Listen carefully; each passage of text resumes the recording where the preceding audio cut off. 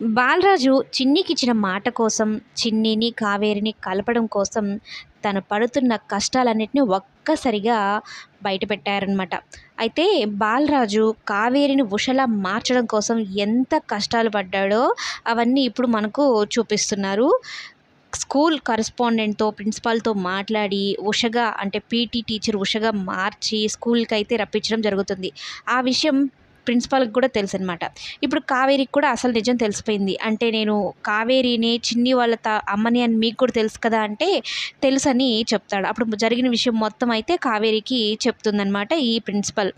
కానీ ఎవరు ఆ వ్యక్తి అంటే నీ శ్రేయోభిలాషి అని చెప్తుందే తప్ప బాలరాజు అన్న విషయం అయితే బయటపెట్టదు. బాలరాజు ఇటు కావేరిని, చిన్నిని కలపడమే కాదు, మరొక వైపు దేవాని కూడా మానసికంగా టార్చర్ పెట్టడం మొదలుపెట్టాడు. తన కూతురు, తన భార్య విషయంలో ఏ తప్పైతే చెయ్యవలసి వచ్చిందో ఆ తప్పుని ఇప్పుడు సరిదిద్దుకునే ప్రయత్నం అయితే బాలరాజు చేస్తున్నాడు.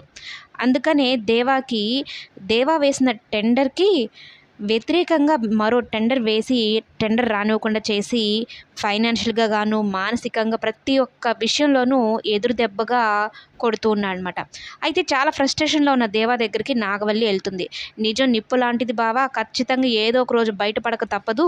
బయటపడిన రోజు తెలుస్తుంది అనైతే చెప్తూ, నువ్వేదో బాధలో ఉన్నావు నాకు చెప్తావా లేదా అని నిలదీస్తుంది దేవాని. దేవా ఏదో కవర్ చేసుకుని అలాంటిదేం లేదు, ఇది జస్ట్ బిజినెస్ ప్రాబ్లమ్‌లే నేను చూసుకుంటానన్నట్టు చెప్తాడు. కానీ ఇప్పుడు దేవా ప్రవర్తనలో నాగవల్లికి కూడా కొంచెం డౌట్ వచ్చింది. ఇద్దరే కాబట్టి వీళ్ళు ఎంత డౌట్లు వచ్చినా ఏం చేసినా కూడా సర్దుకుపోయే రకాలనమాట. ఇద్దరు ఒకే రకంగా ఉంటారు కదా! ఇద్దరు మూర్ఖులే కాబట్టి. బాలరాజ్‌ని మనకు స్టార్టింగ్‌లో కావేరి విషయంలో విలన్‌గా చూపించినా, ఇప్పుడు కావేరి, చిన్ని విషయంలో బాలరాజే హీరోలాగా మారిపోయాడనమాట. వాళ్ళిద్దరి క్షేమం కోసం బాలరాజు ఏం చేయడానికైనా సిద్ధపడిపోతున్నాడు. ఆఖరికి దేవాన్ని చంపడానికైనా సరే వెనకాడడనమాట.